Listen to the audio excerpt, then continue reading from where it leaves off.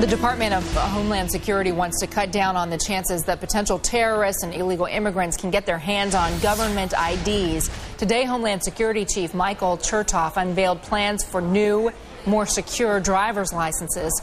It would require some cooperation now between state and federal officials. NBC's Pete Williams is in Washington. All right, let's talk about what these real IDs are and what makes them any different than what we already have.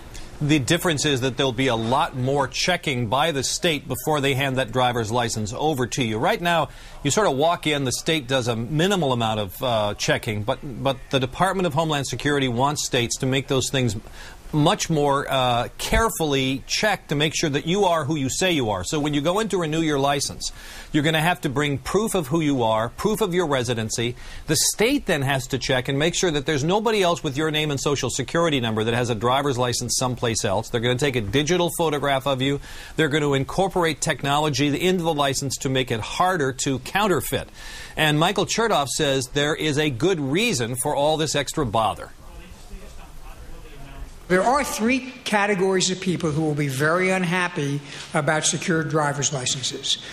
Terrorists and people who want to get on airplanes and in federal buildings and avoid terrorist watch lists. Illegal immigrants who want to work in this country by pretending to be American citizens.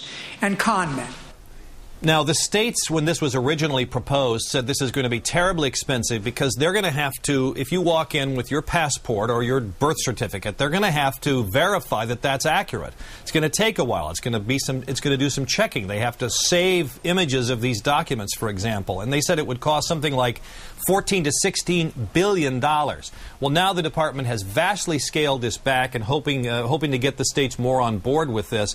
And they're going to phase it in. And I think the simplest way to explain this is that if you were 43 years old on December 1st, this past December 1st, if you were 43 or over, you won't have to get this real ID until 2017. But if you're under 43 on December 1st of last year, you will have to get this new real ID by 2014. Now, here's one other catch. Today, Secretary Chertoff said, we need to hear from the states about whether they're going to do this. And they need to tell us by May. They need to raise their hands and tell us by May if they're not going to participate in Real ID, if they're not going to sign up for this. If they're not, then starting in May of this year, you will not be able to use a driver's license from that state to board an airplane. Let me just say that one more time. If you live in a state that by May says, nope, we're not taking part in Real ID, you can no longer use that state's driver's license to board an airplane.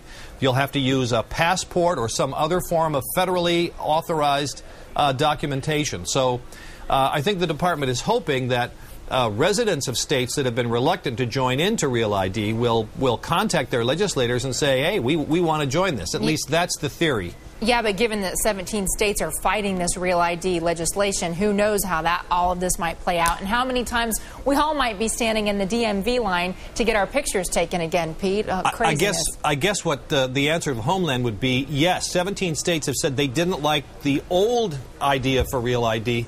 Now the question is, will this vastly cheaper, they say this is going to cut like 75% of the cost, will the states now join in? That's the question. All right, so we'll wait and see what this means for us really in terms of taking action in our own lives. Pete Williams, thank you, sir. My pleasure.